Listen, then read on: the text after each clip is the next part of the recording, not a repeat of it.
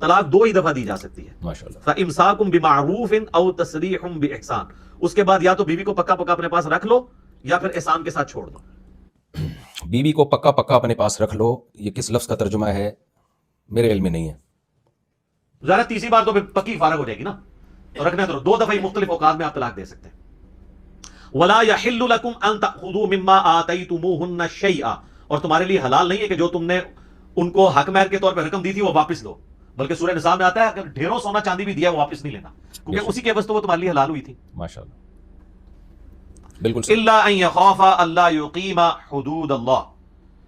بجز اس اندیشے اس کے کہ دونوں کو اندیشہ ہو کہ وہ اللہ کی حدود کو قائم نہیں رکھیں گے، نہیں رکھ سکیں گے، تو اسی وجہ سے یہ علیحدگی ہو سکتی ہے. فَإِنْ خِفْتُمْ أَلَّا.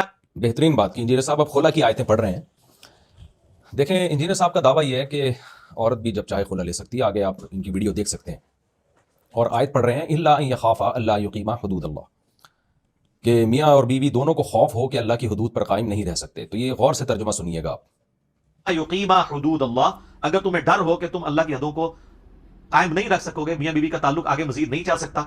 فلا جناح علیہما فی ما افتدت بہ، تو عورت پر کوئی حرج نہیں ہے کہ وہ کچھ مال دے کے اپنے خامن سے جان چھڑا لے. یہ ہے جی خلا کی آیت جو انجینئر صاحب نے جس کا ترجمہ کیا ہے. بہت افسوس کے ساتھ ترجمہ بھی غلط کیا، پتہ نہیں کیوں غلط ترجمہ کرتے رہتے ہیں، یہ ان کی عادت ہے. دعویٰ کیا ہے انجینئر صاحب کا آپ پہلے سن لیں، پھر میں اس آیت کو دوبارہ ریپیٹ کروں گا. یہ جناب اجازت مل گئی عورتوں کو اس میں. لوگ تو سمجھ ہوتے ہیں خامن کی مرضی بیوی رکھے چھوڑ دیں، نہ عورت کی بھی مرضی اپنے خامن کے ساتھ رہے یا نہ رہے. سبحان اللہ سبحان اللہ.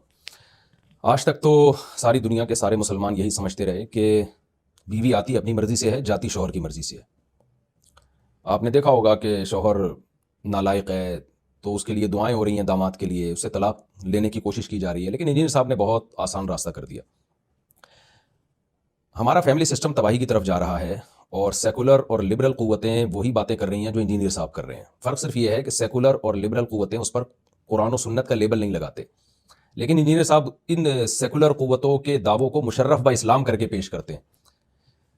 فیمنزم اپنے عروج پر ہے، خواتین کو وہ رائٹ دیے جا رہے ہیں جس سے خواتین میں آزادی بلکہ آوارہ گردی پیدا ہو رہی ہے. انجینئر صاحب نے بھی وہی ٹریک پر چل رہے ہیں. اور ایک دفعہ یہ دعویٰ انجینئر صاحب نے کیا ہوتا نا، تم کہتے ہیں بائی مسٹیک زبان سے ایسا ہو گیا، لیکن ان کے بہت سارے کلپ بھرے ہوئے ہیں اس میں جس میں بار بار یہ کہہ رہے ہیں کہ عورت کو بھی یہ حق ہے کہ جب چاہے وہ مر سے علیحدگی لے سکتی ہے. ہاں گناہ گار ہوگی، بلا وجہ لے رہی ہے، لیکن لے سکتی ہے. دنیا میں عدالتی قانون جو ہے وہ اس پہ نافذ ہوگا.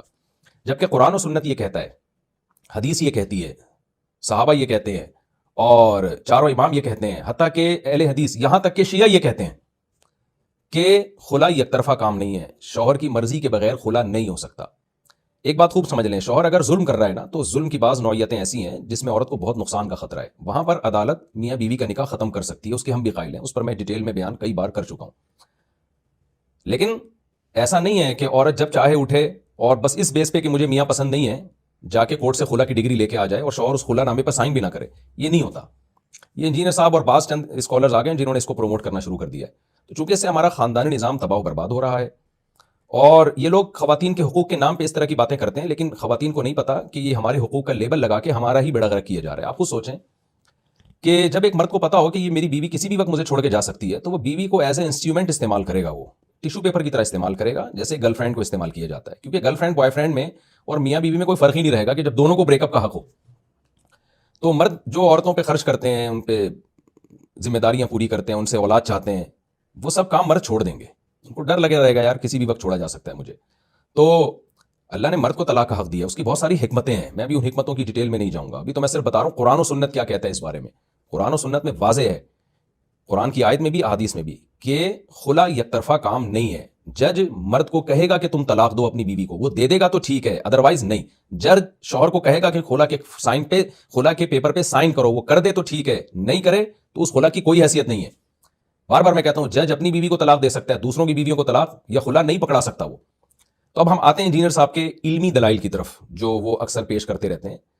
تو ذرا ہم سنتے ہیں انجینئر صاحب کیا کہہ رہے ہیں. وَلَا يَحِلُّ لَكُمْ أَن تَأْخُذُوا مِمَّا آتَيْتُمُوهُنَّ شَيْئًا، اور تمہارے لیے حلال نہیں ہے کہ جو تم نے ان کو حق مہر کے طور پہ رقم دی تھی وہ واپس لو. بلکہ سورہ نساء میں آتا ہے اگر ڈھیروں سونا چاندی بھی دیا وہ واپس نہیں لینا، کیونکہ اسی کے عوض تو وہ تمہارے لیے حلال ہوئی تھی. إِلَّا أَن يَخَافَا أَلَّا يُقِيمَا حُدُودَ اللَّهِ، بجز اس اندیشے اس کے کہ دونوں کو اندیشہ ہو کہ وہ اللہ کی حدود کو قائم نہیں رکھیں گے، نہیں رکھ سکیں گے تو اس کی وجہ سے یعنی علیحدگی ہو سکتی ہے. انجینئر صاحب نے قرآن مجید کی آیت تلاوت کی ہے، الطلاق مرتان، بالکل ٹھیک تلاوت کی کہ طلاقیں 2 مرتبہ ہیں، اس کے بعد تمہیں رجوع کا حق ہے، رکھنا چاہو تو رکھو، چھوڑنا چاہو تو آرام سے چھوڑ دو.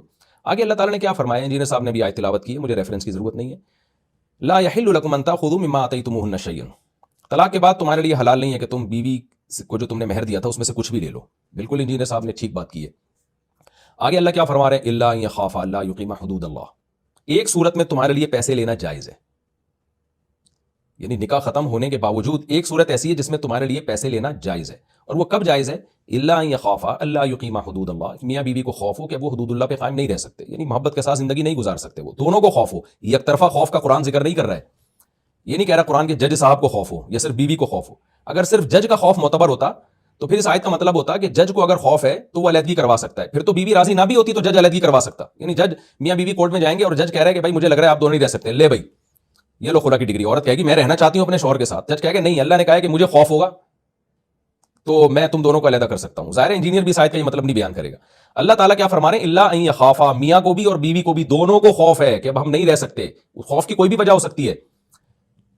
شوہر کو اندازہ ہو گیا کہ یہ بیوی مجھ میں دلچسپی نہیں لے رہی ہے، یہ مجھ سے علیحدگی چاہتی ہے، شوہر کو لگا کہ بھائی یہ گڑبڑ کر رہی ہے، نہیں رہنا چاہتی، کسی قیمت پہ میرے ساتھ گزارا نہیں کرنا چاہتی. تو اللہ کہتے ہیں جب دونوں کو اس بات کا خوف ہوگا تو فلا جناح علیہما. یہاں انجینئر صاحب نے ترجمہ غلط کیا ہے، اب آپ یہ آیت دوبارہ سن لیں انجینئر صاحب ترجمہ کیا کر رہے ہیں. ان خفتم اللہ یقیما حدود اللہ، اگر تمہیں ڈر ہو کہ تم اللہ کی حدوں کو قائم نہیں رکھ سکو گے، میاں بیوی کا تعلق آگے مزید نہیں چل سکتا. فلا جناح علیہما فی مفتدت بھی، تو عورت پر کوئی حرج نہیں ہے کہ وہ کچھ مال دے کے اپنے خامن سے جان چھڑا لے. انجینئر صاحب کہہ رہے ہیں کہ بیوی پر کوئی گناہ نہیں ہے، حالانکہ اللہ نے یہ نہیں کہا بیوی پر کوئی گناہ نہیں ہے رقم لینے میں، بلکہ رقم دینے میں، بلکہ اللہ کہہ رہے ہیں میاں اور بیوی دونوں پر کوئی گناہ نہیں ہے کہ شوہر بیوی سے رقم لے لے اور اس کی جان چھوڑ دے. یعنی بیوی پر رقم دینے میں اور جان چھڑوانے میں کوئی گناہ نہیں، اور شوہر پر رقم لے کر اس کی جان چھوڑنے میں کوئی گناہ نہیں. ان دونوں پر عدالت کہاں سے بیچ میں آ گئی، یہاں پہ یک طرفہ خلا یہاں کہاں سے ثابت ہو گیا. میں اس کو ایک مثال سے سمجھاتا ہوں. دیکھیے ہم حج کرنے جاتے ہیں، وہاں سے زمزم کے کین لے کر آتے ہیں، گورنمنٹ آف سعودیہ نے کہا ہے ناٹ فار سیل، یہ بیچنے کے لیے نہیں ہے.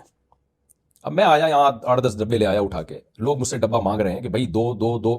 میں کیا کہتا ہوں یار یہ تو بیچنے پر پابندی ہے، لیکن بھائی میرا اتنا خرچہ ہوا ہے، اب یہ بندہ مجھ سے چپک گیا ہے کہ یہ زمزم کا ڈبہ مجھے ہی دو. تو میں کہتا ہوں یار جتنا میرا خرچ ہوا ہے کم از کم میں اتنی رقم تو واپس لے لوں نا. جو میرا اور خرچہ ہے میں فری میں بانٹنے کے لیے تھوڑی لایا ہوں، میں بیچ نہیں رہا، میں اضافی پیسے نہیں لے رہا، لیکن جو میرا خرچہ ہوا ہے وہ تو دو نا مجھے، میرا تو ورنہ نقصان ہوگا. ایسی صورت میں جی میں کسی مفتی صاحب کو فون کرتا ہوں کہ حضرت میں بیچنے کی نیت نہیں ہے، لیکن زمزم ایک مقدس چیز ہے، پتہ نہیں اس کے بدلے میں پیسے لے سکتا ہوں کہ نہیں لے سکتا. زمزم کو اپنی ملکیت سے نکالنے کے لیے اس کے بدلے میں پیسے لے سکتا ہوں، میں نے 500 روپے کا پڑا ہے مجھے یہ، تو میں صرف چاہتا ہوں میں اپنے نقصان سے بچ جاؤں. میرے چچا جو ہے یہ زمزم کا کین مجھ سے مانگ رہے ہیں، تو وہ مفتی صاحب جواب میں کہتے ہیں کہ دیکھو زمزم مقدس چیز ہے، اس کی خرید و فروخت ٹھیک نہیں ہے، لیکن اگر تم اپنی ملکیت سے نکال رہے ہو، سامنے والا چپک گیا ہے، سامنے والا تم سے ہر قیمت پہ زمزم لینے کے وہ جو ہے نا وہ کہتے ہیں نا کمبل ہو گیا ہے، تو ایسی صورت میں دونوں پر کوئی گناہ نہیں ہے. یعنی چچا پر بھی کوئی گناہ نہیں ہے کہ وہ زمزم کی لالچ میں تمہیں پیسے دیں، اور تم پر بھی کوئی گناہ نہیں ہے کہ اس کو اپنی ملکیت سے نکال دو اور پیسے لے لو. یہاں کوئی گناہ نہیں ہے. اس سے صاف پتہ چل رہا ہے کہ یہ دونوں پر لازم نہیں ہے، یہ دونوں کے لیے آپشنل ہے. ان میں کوئی بھی چیز کسی پہ تھوپی نہیں جا سکتی. کہ قرآن نے پہلے حکم دیا الطلاق مرتان، طلاق 2 مرتبہ ہے، اور طلاق کے بعد اللہ نے کہا شوہر کو کہ تم جو مہر تم نے دیا ہے کچھ بھی نہیں لے سکتے، کیونکہ نکاح ختم کرنے کی پہل تمہاری طرف سے ہو رہی ہے، بیوی کی طرف سے مطالبہ نہیں تھا. لیکن آگے اللہ کہتے ہیں اگر دونوں نہیں حدود اللہ پہ قائم رہ سکتے، دونوں کو اس بات کا خوف ہے، ایسی صورت میں بیوی مطالبہ کرتی ہے. اب عورت کو یہ ڈر تھا کہ پتہ نہیں میرے لیے مہر دے کے شوہر سے جان چھڑانا جائز ہے یا نہیں ہے، کیونکہ میں کوئی باندھی تو نہیں ہوں جو بازاروں میں بکوں، میں اپنی قیمت دوں شوہر کو کہ بھائی چھوڑ دو میری جان. عورت ذوات القیم میں سے تو نہیں ہے نا، تو ایک انسان ہے. اور مرد کو یہ خوف ہو سکتا تھا کہ یار اللہ میاں نے تو پچھلی آیتوں میں کہا ہے کہ علیحدگی کی صورت میں پیسے نہیں لے سکتے، تو پتہ نہیں اس کنڈیشن میں بھی میں پیسے لے سکتا ہوں کہ نہیں لے سکتا. اب یہ مجھ سے مطالبہ کر رہی ہے، یہاں دونوں ڈر رہے ہیں. تو اللہ نے فرمایا فلا جناح علیہما، بھائی اگر نہیں رہنا چاہتے تو دونوں پر کوئی گناہ نہیں ہے. فی ما، اس رقم کے بارے میں افتدت بھی، جو عورت بطور فدیہ دے کے شوہر سے اپنی جان چھڑا لے. تو پتہ چلا جان پکڑی ہوئی تھی شوہر نے، جج نے نہیں پکڑی ہوئی تھی کہ جج چھوڑے گا، جان جس نے پکڑی ہوئی ہے چھوڑے گا وہی. تو فلا جناح علیہما کا لفظ یہ بتا رہا ہے. اور علامہ ابن کثیر رحمہ اللہ نے اس آیت کی یہی تفسیر کی ہے. تو ابن کثیر رحمہ اللہ تعالیٰ کی عربی عبارت یہ آپ کے سامنے، وہ کہتے ہیں کہ یعنی دونوں میں سے کوئی گناہ نہیں ہے. شوہر پر اس میں کوئی حرج نہیں ہے کہ وہ عورت سے پیسے لے کر اس کی جان چھوڑ دے، اور عورت پر اس میں کوئی حرج نہیں ہے کہ وہ شوہر کو پیسے دے کے اپنی جان چھڑوا لے. تو یہ دونوں کے آپس کی رضامندی سے آپشنل ہے، یہ کسی ایک پر بھی تھوپا نہیں جا سکتا. آج عدالتیں کیا کر رہی ہیں، عورت جائے گی خلا کا کیس دائر کرے گی، فائل کرے گی، اور عدالت شوہر کو بلائے گی، وہ آئے نہ آئے، آنے سے بھی کوئی فرق نہیں پڑتا. عدالت اس سے کہہ دے گی سائن کر دو، وہ کر دے تو ٹھیک ہے، وہ نہیں کرے تو بھی عدالت کہتی ہے تمہارے سائن کرنے نہ کرنے سے کوئی فرق نہیں پڑتا. عورت کا رائٹ ہے کہ وہ خلا لے سکتی ہے، تو پکڑا دی عورت کو خلا. تو یہ قرآن سے یہ کہاں پتہ چل رہا ہے؟ یہ ہے انجینئر صاحب کے فہم قرآنی جو محترم نے پڑھی. اب آپ انجینئر صاحب کا ترجمہ دوبارہ سنیں ذرا. فلا جناح علیہما فی مفتدت بھی، تو عورت پر کوئی حرج نہیں ہے کہ وہ کچھ مال دے کے اپنے خامن سے جان چھڑا لے. جی آپ نے دیکھ لیا کہ ترجمہ کیا کر رہے ہیں. ترجمہ کر رہے ہیں کہ عورت پر کوئی گناہ نہیں ہے کہ وہ فدیہ دے کے اپنی جان چھڑا لے. اب آپ کو پتہ چل گیا ہوگا کہ انجینئر صاحب نے غلط ترجمہ کیوں کیا. اس لیے کیا کہ انجینئر صاحب جو دعویٰ کر رہے ہیں نا، وہ دعویٰ اس غلط ترجمے کے بغیر ممکن تھا نہیں. کیونکہ جب ہم یہ کہتے ہیں کہ عورت پر کوئی گناہ نہیں، اس کا مطلب یہ عورت کے لیے آپشنل ہے، جبکہ قرآن کہہ رہا ہے فلا جناح علیہما، تثنیہ کی ضمیر ہے. پہلی جماعت کا بچہ جو ہوتا ہے نا مدرسے کا، وہ بھی سمجھتا ہے کہ پروناؤن میں ہما مرد اور عورت دونوں کے لیے استعمال ہوتا ہے، اور ہا ضمیر عورت کے لیے استعمال ہوتی ہے خالی. تو یہاں ہما ہے، ہا نہیں ہے.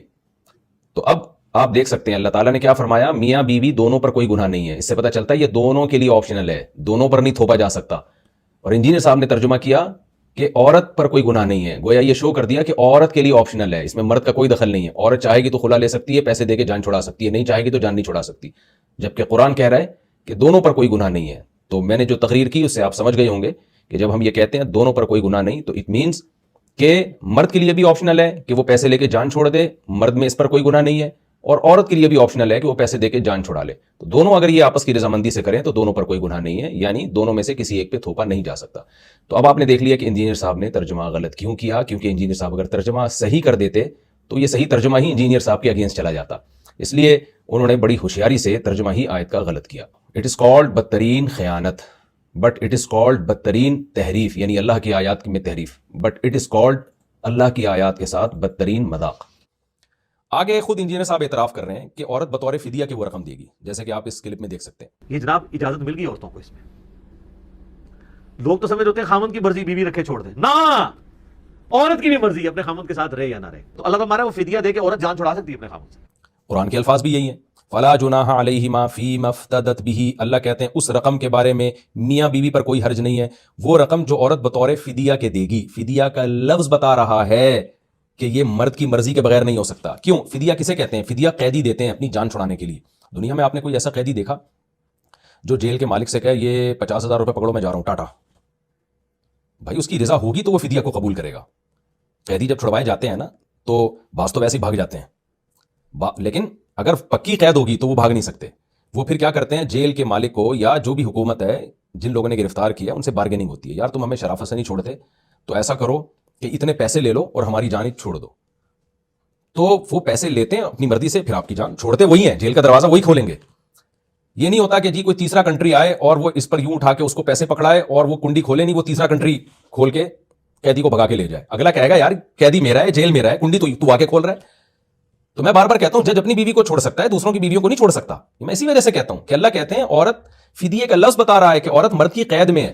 یہاں ہمارے سیکولر لوگ اور لبرل لوگ ایک اعتراض کرتے ہیں کہ اس کا مطلب عورت کو جو ہے وہ شوہر کی اسلام میں غلام ہوتی ہے. نہ غلام نہیں ہوتی، لیکن نکاح کے حق میں وہ عورت قید میں ہوتی ہے، یعنی نکاح کی کنجی مرد کے ہاتھ میں ہوتی ہے. جب وہ کھولے گا تو کھلے گی، نہیں ہوگا تو عورت آتی اپنی مرضی سے، جاتی اسلام میں اپنی مرضی سے نہیں ہے. اسپیسیفک چند صورتوں کے جو میں بیانات میں بتاتا رہتا ہوں اور اس کا یہاں بھی موضوع نہیں ہے کیونکہ یہ لوگ میرے کلپ کو نکال کے نا ادھورا چلاتے ہیں. پھر عورت اپنی مرضی سے جا نہیں سکتی ہے اسلام میں.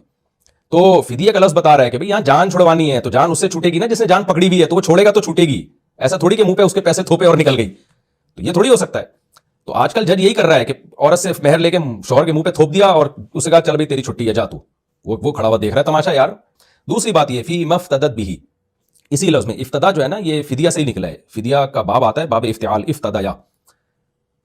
دوسری بات یہ کہ فدیہ کا لفظ بتا رہا ہے کہ ایگریمنٹ ہے. فدیہ ایک ایگریمنٹ ہوتا ہے. پہلا جو میں نے استدلال کیا نا، فدیہ کا لفظ بتا رہا ہے کہ عورت قید میں ہے. تو قید میں کس کی ہے؟ شوہر کی قید میں ہے. جبکہ انجینئر صاحب کہہ رہے ہیں کہ عورت شوہر کی قید میں ہے ہی نہیں، وہ جب چاہے جا سکتی ہے. اس کا مطلب وہ قید میں رہی نہیں ہے، وہ جب چاہے کورٹ میں خلا فائل کرے اور نکل لے. اس کا مطلب وہ ماننے کے لیے تیار ہی نہیں ہے کہ یہ قید میں ہے، جبکہ فدیہ کا لفظ بتا رہا ہے قید. اور دوسری بات یہ کہ فدیہ کا لفظ بتا رہا ہے کہ یہ جانبین کا ایگریمنٹ ہے، کیونکہ دنیا میں جہاں بھی فدیہ کی بات آتی ہے یہ دو پارٹیوں کے درمیان معاہدہ ہوتا ہے. اس معاہدے کو کہا جاتا ہے کہ ایک شخص قید میں ہے، وہ ایگریمنٹ کر کے پیسے دے کر سامنے والے کو راضی کر لیتا ہے اور وہ راضی ہو کر اس کی جان چھوڑ دیتا ہے. تو ہم آگے انشاءاللہ ہم قرآن حدیث سے بھی دیکھیں گے کہ نبی صلی اللہ علیہ وسلم کے دور میں خلا کیسے ہوتا تھا. وہاں بھی یہی ہوتا تھا کہ نبی صلی اللہ علیہ وسلم صحابی کو کہتے تھے بھائی تم پیسے لو اور ان کو چھوڑ دو. وہاں بھی ایسا نہیں کہ نبی نے خود نکاح کو ختم کر دیا ہو. تو یہ ہے جی انجینئر صاحب کی فہم قرآنی اور اتنا بڑا مسئلہ جس کا حلال و حرام سے تعلق ہے اور فیملی سسٹم کی بحالی سے جس کا تعلق ہے، اور نہ قرآن میں اس پر کوئی دلیل ملتی ہے، نہ حدیث میں، نہ چاروں اماموں میں، نہ اہل حدیث، نہ شیعہ، انجینئر صاحب نے بہت بڑی پھینکی ہے، اور آپ ان کا کانفیڈنس ذرا دوبارہ چیک کریں۔ اجازت مل گئی عورتوں کو اس میں؟ لوگ تو سمجھ ہوتے ہیں خامند کی مرضی بیوی رکھے چھوڑ دیں، نہ، عورت کی بھی مرضی اپنے خامند کے ساتھ رہے یا نہ رہے۔ میں نے جو علامہ ابن کثیر رحمہ اللہ تعالیٰ کی تفسیر کا حوالہ دیا نا، یہ ایک مثال کے طور پر، ورنہ سارے مفسرین اس آیت کا یہی مفہوم بیان کرتے ہیں جو میں نے بھی آپ کے سامنے بیان کیا، اور اس کو بیان کی بھی کوئی ضرورت ایسی نہیں ہے، کیونکہ یہ تو ترجمے سے یہ چیز ظاہر ہے کہ اللہ تعالیٰ کیا کہہ رہے ہیں آیتوں میں۔ علامہ ابن حجر رحمہ اللہ تعالیٰ بھی فتح الباری میں قرآن کی جو خلا والی آیتیں ہیں اس کے تحت یہی نقل کرتے ہیں کہ لا یملکہ الا الزوج، کہ یہ جو خلا ہے نا یہ شوہر ہی اس کا مالک ہے، یعنی اس کی مرضی کے بغیر یہ نہیں ہو سکتا، اور تمام علماء فقہاء محدثین یہی مفہوم بیان کرتے ہیں۔ اب میں اس مسئلے کو ذرا ڈیٹیل سے آپ کے سامنے بیان کرتا ہوں۔ یہ تو میں نے صرف خلا کی آیت کا ترجمہ کیا ہے آپ کے سامنے، کہ خلا کی آیت ہی کا ہم ترجمہ پڑھ لیں تو پتہ چل جائے گا کہ یہ یک طرفہ معاملہ نہیں ہے، شوہر کی رضا ضروری ہے۔ اس کے علاوہ قرآن کی آیات ہیں جن سے صاف پتہ چلتا ہے کہ عورت آئے گی اپنی مرضی سے، جائے گی شوہر کی مرضی سے۔ سب سے پہلے تو وہی آیتیں جو انجینئر صاحب نے قرآن کی تلاوت کی ہے، الطلاق مرتان، انہی آیتوں کا اگر ہم شان نزول دیکھ لیتے ہیں نا تو ہمیں پتہ چل جائے گا کہ آنے کا آپشن ہے، جانے کا عورت کے پاس آپشن نہیں ہے۔ اس کا شان نزول کیا ہے؟ 3 اصحاب رسول صلی اللہ علیہ وسلم سے اس آیت کا شان نزول حدیث کی مختلف کتابوں میں موجود ہے، جو حوالے یہاں میں انشاءاللہ شیئر کر دوں گا۔ عبداللہ ابن عباس رضی اللہ تعالی عنہ اور حضرت زبیر ابن عوام اور حضرت عائشہ رضی اللہ تعالی عنہا و عنہم، ان تینوں سے اس آیت کا ایک ہی شان نزول ثابت ہے۔ اس کو سمجھیں اچھی طریقے سے۔ ہوتا یہ تھا کہ زمانہ جاہلیت میں جب کوئی مرد اپنی بیوی کو طلاق دیتا تو اس کو لٹکا کے چھوڑ دیتا تھا۔ طلاق دی، جب عدت پوری ہونے کا ٹائم آیا تو عورت یہ سمجھتی تھی اب میری عدت پوری ہوگی، نکاح ختم ہو جائے گا، میں جہاں چاہوں گی شادی کروں گی، تو مرد کیا کرتا؟ رجوع کر لیتا عدت پوری ہونے سے پہلے ہی۔ عورت کہتی چلو میں اب دوبارہ باؤنڈ ہو گئی اس آدمی کے ساتھ، پھر وہ دوسری طلاق دیتا، عدت پوری ہونے کا ٹائم آنے والا ہوتا تو رجوع کر لیتا، پھر تیسری طلاق دیتا، عدت پوری ہونے کا ٹائم آنے والا ہوتا تو رجوع کر لیتا، پھر چوتھی طلاق دیتا، عدت پوری ہونے کا ٹائم آنے والا ہوتا رجوع کر لیتا۔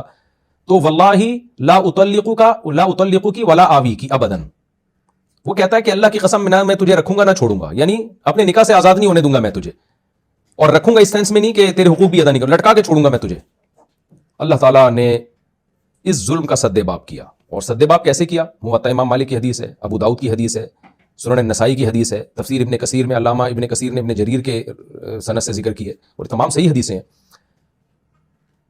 کیا اللہ تعالیٰ نے سد باب کیا؟ بھائی اب مرد عورت کو لٹکا نہیں سکتا، الطلاق مرتان، رجوع کا حق 2 طلاقوں کے بعد ہے تمہیں، فَإِن طَلَّقَهَا فَلَا تَحِلُّ لَهُ مِن بَعْدُ حَتَّىٰ تَنكِحَ زَوْجًا غَيْرَهُ، اگر تم نے تیسری دے دی اب تمہارے پاس رجوع کا آپشن ختم۔ حضرت عائشہ بھی بیان کر رہی ہیں، عبداللہ بن زبیر بھی بیان کر رہے ہیں، زبیر ابن عوام، عبداللہ بن زبیر نہیں، زبیر ابن عوام رضی اللہ عنہ، اور عبداللہ بن عباس بھی بیان کر رہے ہیں کہ عورت کو ظلم سے روکنے کے، عورت پر جو ظلم ہو رہا تھا اس کو روکنے کے لیے اللہ تعالیٰ نے یہ کام کیا کہ تیسری کے بعد اختیار مرد کا ختم کر دیا، اور کہا تیسری کے بعد اب رجوع نہیں کر سکتے۔ تو اس آیت کا تو شان نزول ہی ہے، انجینئر صاحب کو چاہیے تھا پہلے یہ آیت تلاوت کرنے سے پہلے کم از کم تفسیروں میں دیکھ لیتے، حدیثوں میں دیکھ لیتے کہ یہ آیت نازل کس موقع پر ہوئی ہے۔ اب آپ مجھے بتاؤ آیت کا مقصد کیا تھا؟ کہ عورت پہ ظلم کیا ہو رہا تھا؟ ظلم یہ ہو رہا تھا کہ مرد اس کو کہیں اور شادی نہیں کرنے دیتا تھا۔ کیسے؟ کہ وہ اپنی نکاح سے نکلنے ہی نہیں دیتا تھا۔ اگر عورت کے پاس بھی اسلام میں خلا کا اس طرح سے حق ہوتا جیسے انجینئر صاحب کہہ رہے ہیں کہ وہ شوہر کی مرضی کے بغیر بھی خلا لے سکتی ہے، تو اللہ تعالیٰ کو اس تکلف کی کیا ضرورت تھی معاذ اللہ کہ وہ آسمان سے آیتیں نازل کرتا کہ تیسری کے بعد تمہیں رجوع کا حق نہیں ہے۔ اللہ میاں کہہ دیتے تم رجوع کرتے رہو، کوئی بات نہیں، اس نے رہنا ہوگا رہے گی، نہیں رہنا ہوگا کورٹ سے جا کے خلا لے لے گی۔ یہ تو آیت کا سارا سیٹ اپ ہی ختم ہو گیا نا، آیت کا تو مفہوم ہی ختم ہو گیا بالکل۔ یعنی دوبارہ میں اس کو ایکسپلین کر دیتا ہوں۔ اللہ میاں کہہ رہے ہیں 2 طلاقوں کے بعد تمہیں رجوع کا حق ہے، تیسری کے بعد حق نہیں ہے۔ کیوں حق نہیں ہے؟ حضرت عائشہ، عبداللہ بن عباس اور زبیر بن عوام کی تفسیر کے مطابق اس لیے حق نہیں ہے کہ تم تیسری کے بعد بھی رجوع کر لو گے، پھر چوتھی دو گے، چوتھی کے بعد بھی رجوع کر لو گے، عدت پوری نہیں ہونے دو گے اس کی، وہ تو بیچاری لٹک جائے گی، تو اس لیے اب 2 کے بعد تو حق ہے، تیسری کے بعد تیسری زبان سے نکالی تو گئی بس، اب تمہیں روک نہیں سکتے تم اس کو اپنے پاس۔ تو یہ سارا اسلام کا طلاق کا فلسفہ فٹ ہی اس وقت بیٹھتا ہے جب یہ مانا جائے کہ عورت کے پاس علیحدگی کا آپشن نہیں ہے، ورنہ اللہ میاں یہ آیتیں ہی نازل نہ کرتے۔ اللہ میاں کہہ دیتے کہ کوئی بات نہیں، تم دیتے رہو، عورت سے کھیلتے رہو، میں نے عورت کو بھی حق دیا کہ جب چاہے گی وہ کورٹ میں خلا کا کیس فائل کرے گی، مرد نے بھلے 1 بھی نہ دی ہو، بھلے 2 بھی نہ دی ہو، 3 بھی نہ دی ہو، ہم تو کہہ رہے ہیں کہ 3 طلاق کے بعد مرد کا حق ختم ہوتا ہے، 3 طلاق سے پہلے مردوں کا حق ہے، اور تم تو 1 طلاق سے پہلے بھی عورت کو حق دے رہے ہو کہ ابھی 1 بھی نہیں دی ہے مرد نے، عورت جائے اور عدالت سے جا کے خلا کی ڈگری لے اور پتلی گلی سے نکلے۔ یہ ہے انجینئر صاحب کی قرآن فہمی، اتنے بڑے مسئلے میں اتنا بڑا انہوں نے جو ہے نا وہ بلنڈر کیا، باقی چھوٹے موٹے مسائل میں آپ کو سوچ سکتے ہیں ان کو اللہ نے کتنی فہم عطا کی ہوگی۔ علامہ ابن کثیر رحمہ اللہ تعالیٰ نے انہی تینوں حدیثوں کی روشنی میں جو میں نے ابھی آپ کے سامنے پڑھی ہیں اور ویڈیو میں دکھائی بھی ہیں آپ کو، اسی حدیثوں کی روشنی میں علامہ ابن کثیر رحمہ اللہ تعالیٰ اس آیت کی وہی تفسیر بیان کرتے ہیں جو ابھی میں نے آپ کے سامنے رکھی۔ ابن کثیر رحمہ اللہ کہتے ہیں هذه الآية الكريمة رافعة لما كان عليه الأمر في ابتداء الإسلام من أن الرجل كان أحق برجعة امرأته وإن طلقها 100 مرة ما دامت في العدة فلما كان هذا فيه ضرر على الزوجات قصرهم الله إلى 3 طلقات وأباح الرجعة في المرة والثنتين وأبانها بالكلية في الثالثة فقال الطلاق مرتان فإمساك بمعروف أو تسريح بإحسان. اس کا حاصل بھی یہی ہے، اہل علم جو عربی سمجھتے ہیں کہ عورت پہ ظلم ہوتا تھا، اس ظلم سے روکنے کے لیے کہ مرد اپنے طلاق کے حق کا ناجائز فائدہ نہ اٹھائے، اور تیسری کے بعد اللہ نے طلاق کے حق کو ختم کر دیا. تو وہی بات کہ اگر عورت کے پاس کورٹ سے خلا کا حق ہوتا تو پھر یہ تکلف کی ضرورت ہی نہیں تھی. مرد طلاقیں دیتا رہتا، رجوع کرتا رہتا. عورت کو جب رہنا ہوتا تو طلاق سے پہلے بھی رہ لیتی، طلاق کے بعد بھی رہ لیتی. نہیں رہنا ہوتا تو طلاق سے پہلے بھی نہیں رہتی، وہ کورٹ سے جا کے خلا لے لیتی. قرآن کی 2 آیتیں میں نے آپ کے سامنے رکھ دی ہیں. تیسری آیت میں آپ کے سامنے رکھتا ہوں جس سے پتہ چلتا ہے کہ عورت آئے گی اپنی مرضی سے، جائے گی اپنی مرضی سے نہیں. سورہ بقرہ آیت نمبر 237 وَإِن طَلَّقْتُمُوهُنَّ مِن قَبْلِ أَن تَمَسُّوهُنَّ. آیت کا ترجمہ اچھی طرح سے سمجھیں. اللہ تعالیٰ فرما رہے ہیں اگر تم اپنی بیوی کو طلاق دیتے ہو رخصتی سے پہلے، وقد فرضتم لہن فریضہ، اور مہر تم نے متعین کیا ہوا تھا، فنصف ما فرضتم، تو جتنا مہر متعین تھا نا اس کا آدھا دو، یعنی پورا مہر تم پہ دینا واجب نہیں ہے کیونکہ رخصتی سے پہلے تم طلاق دے رہے ہو. آگے اللہ تعالیٰ کیا فرماتے ہیں آپ آیت میں دیکھ سکتے ہیں. الا ان یعفونا، یعفونا ینصرنا کے وزن پر ہے. الا یہ کہ عورتیں معاف کر دیں، یعنی بیویاں ہی معاف کر دیں. وہ کہ ہمیں آدھا بھی نہیں چاہیے. یا عفو کا اصل ماتا ہو چشم پوشی سے کام لے، درگزر سے کام لے. عورتیں کہتے ہیں نہیں بھائی ہمیں نہیں چاہیے. او یعفو الذی بیدہ عقدۃ النکاح، اللہ کہتے ہیں یا شوہر درگزر سے کام لے. یعنی شوہر درگزر سے کام لینے کا مطلب شوہر کہ نہیں جی پورا ہی دے رہا ہوں میں. شوہر درگزر سے کام لے، اور عورت کا درگزر کرنا کیا ہے؟ ہمیں آدھا بھی نہیں چاہیے بھائی، جب رخصتی نہیں ہوئی تو چھوڑیں میں نے آپ کو معاف کیا. شوہر کا درگزر کرنا کیا ہے؟ نہیں بھائی جب مہر پورا ہوا تھا تو طلاق میں دے رہا ہوں نا، پورا ہی لے لو آپ. تو اللہ تعالیٰ فرماتے ہیں او یعفو الذی بیدہ عقدۃ النکاح. آگے اللہ نے فرمایا وان تعفوا اقرب للتقوی، معاف کرنا یہ تقوی کے زیادہ قریب ہے. یعنی عورت اگر آدھا بھی معاف کر دے تو یہ تقوی کے زیادہ قریب ہے، اور مرد اگر پورا دے دے تو یہ تقوی کے زیادہ قریب ہے. دونوں کو قرآن ترغیب دے رہا ہے. عورت کو ترغیب دے رہا ہے کہ آدھا بھی معاف کر دو، اور مرد کو ترغیب دے رہا ہے کہ تم پورا دو، تاکہ سوسائٹی میں ایک اچھا معاشرہ وجود میں آئے.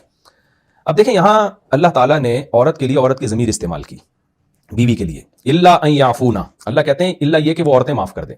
ہونا یہ چاہیے تھا جب شوہر کی معافی کا تذکرہ آئے اور شوہر کو یہ ترغیب دی جائے کہ تم پورا مہر دو، تو اللہ میاں کو یہاں کہنا چاہیے تھا او یعفو زوجہا، یا اس کا شوہر جس نے طلاق دیا وہ معاف کر دے. نہ اللہ نے یہ تعبیر استعمال نہیں کی، کیونکہ اللہ میاں کو پتا تھا کہ 15ویں صدی میں ایسے لبرل قسم کے سیکولر قسم کے مذہبی رہنما آئیں گے جو عورت کو ڈیورس کا حق دے کے جائیں گے، تاکہ خواتین سے ان کو فیم ملے اور خواتین بیچاری بے وقوفی میں یہ سمجھ بیٹھیں کہ یہ ہمیں فیور کر رہے ہیں. تو اللہ میاں نے یہاں پر شوہر کے لیے بیدہ عقدۃ النکاح کا لفظ استعمال کیا کہ وہ شخص پورا مہر دے دے جس کے ہاتھ میں نکاح کی کنجی ہے، نکاح کی گرہ ہے. تو اللہ میاں نے بتا دیا کہ عقدۃ النکاح، نکاح کی جو گرہ ہے یہ ہسبینڈ کے ہاتھ میں ہے، جج صاحب کے ہاتھ میں نہیں ہے. جج کے پاس جس نکاح کی گرہ ہے نا وہ اس کی بیوی ہے.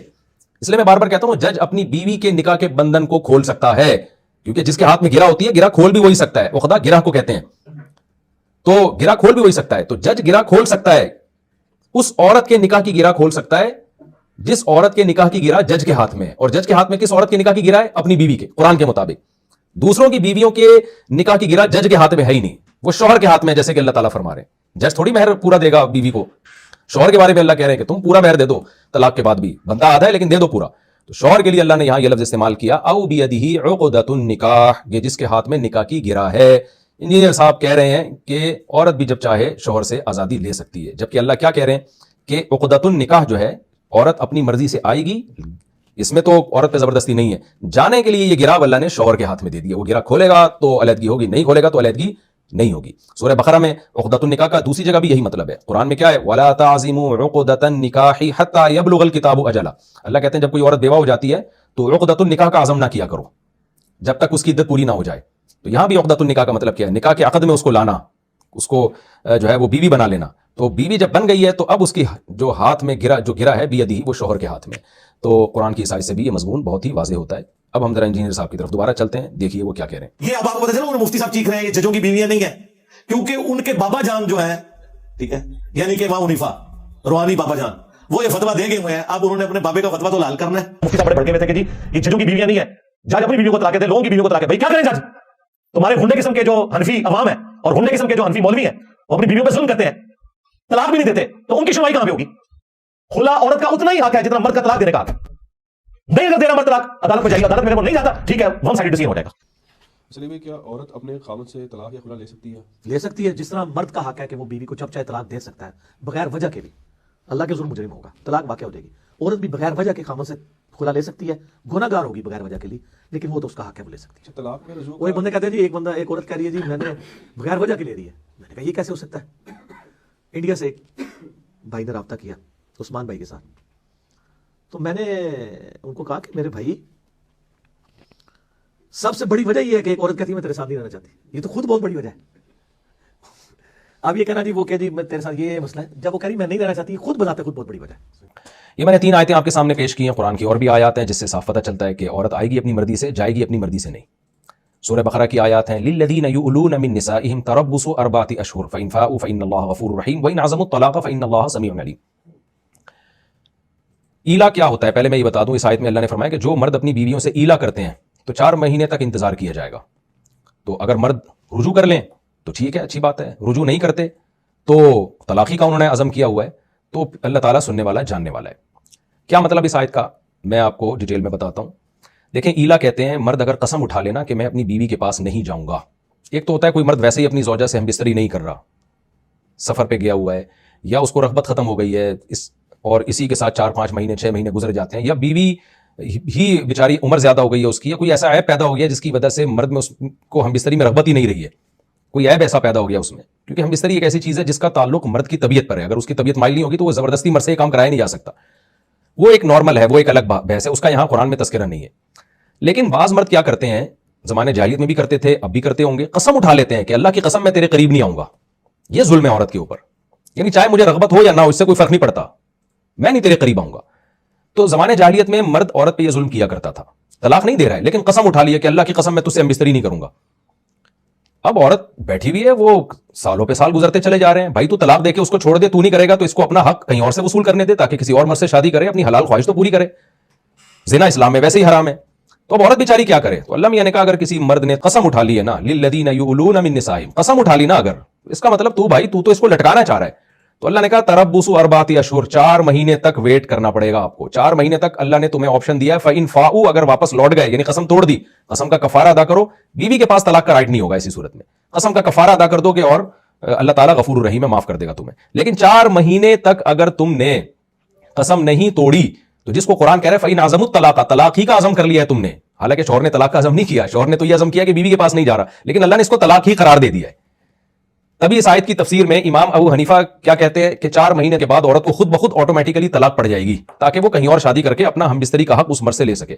اور امام شافعی کہتے ہیں فإن عزموا الطلاق کا مطلب یہ ہے کہ مرد کا یہ عمل کو اللہ طلاق قرار دے رہے ہیں، حالانکہ مرد طلاق دے نہیں رہا لیکن اللہ نے اس کو طلاق ہی قرار دے دیا ہے کہ بھئی یہ طلاق ہی کہلائے گی۔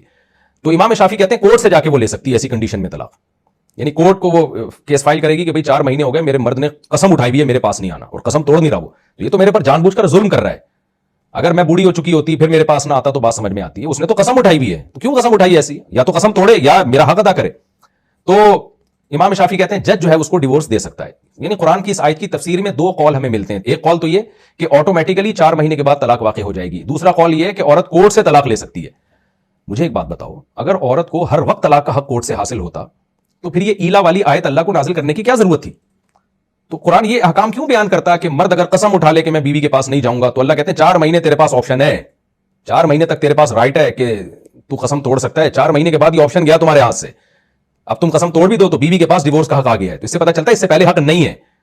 تو انجینئر صاحب جو بیان کر رہے ہیں نا کہ عورت جب چاہے کورٹ سے جا کے خلا لے سکتی ہے، اس میں تو پھر یہ ایلا کی آیتوں کا کوئی مطلب بنتا ہی نہیں ہے۔ عورت کہے گی اللہ تو یہ آیتیں نازل کرتا نہ کرتا میری صحت پہ کوئی فرق نہیں پڑ رہا، تو یہ کہہ رہا ہے میں نے عورت پہ ظلم ہو رہا تھا، اس ظلم سے بچنے کے لیے شوہر کو کہہ دیا کہ اگر تم نے قسم اٹھا لی ہے بیوی کے پاس نہیں جاؤ گے تو اللہ عورت کو حق دے رہا ہے ڈیورس کا بھی، تو اللہ یہ تو حق تو نے مجھے ویسے ہی دیا ہوا ہے، تو اس تکلف کی اور اس آیت کو سورہ بقرہ میں نازل کرنے کی، اور پھر فقہاء نے اس پر اتنے احکام بیان کیے، ایلا کی کتنی صورتیں بنتی ہیں، قسم کے کون کون سے الفاظ ہیں، کیا کیا الفاظ سے ایلا منعقد ہو جاتا ہے، تو ان تکلفات کی اور فقہ کے باب میں جو پورا کتاب الایلا ہے اسی کو نکال کے باہر رکھ دینا چاہیے۔ یہ تو بڑا آسان کر دیا انجینئر صاحب نے، تو یہی میرا انجینئر صاحب سے سوال ہے، کائنڈلی مجھے اس کا آپ جواب دے دیں، لیکن شاید آپ قیامت تک اس کا جواب نہیں دے سکیں، اور آپ کے پاس قیامت تک کا ٹائم نہیں، 1 ہفتے کا ٹائم ہے، آپ جواب دے دیں اس کا، نہیں دیا تو ہم سمجھ جائیں گے کہ آپ کے پاس جواب نہیں ہے، اور ویسے بھی نہیں ہے، کوئی دے ہی نہیں سکتا اس کا جواب کیونکہ اس کا کوئی مطلب بنتا ہی نہیں ہے، پھر 2 اور 2 4 کی طرح یہ بات۔